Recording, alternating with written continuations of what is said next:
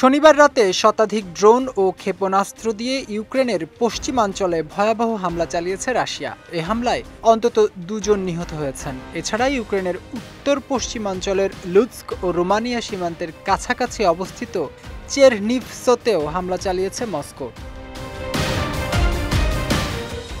এরই মধ্যে ইউক্রেনের বিরুদ্ধে যুদ্ধে রাশিয়ার গৃহীত সব পদক্ষেপকে নিঃশর্ত সমর্থন করতে প্রস্তুত বলে জানিয়েছে উত্তর কোরিয়া। দুই দেশের মধ্যে যখন উচ্চ পর্যায়ে কৌশলগত আলোচনা চলছে, তখনই রাশিয়ার শীর্ষ কূটনীতিককে কথা বলেছেন উত্তর কোরিয়ার নেতা কিম জং উন।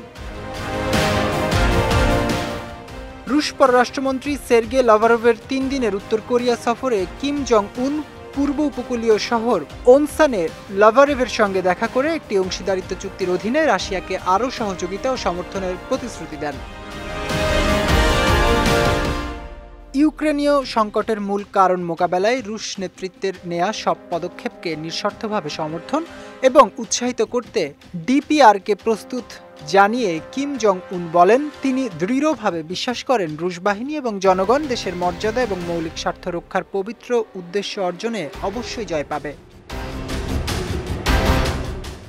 এদিকে গতকাল রাতের হামলার পর ইউক্রেনের চেরনিভস্কি অঞ্চলের গভর্নর রুসনাল জাপারনিউক আন্তর্জাতিক সম্প্রদায়কে রাশিয়ার উপর কড়া নিষেধাজ্ঞা আরোপের আহ্বান জানিয়ে এই ঘটনাকে সন্ত্রাসী হামলা বলে উল্লেখ করেন।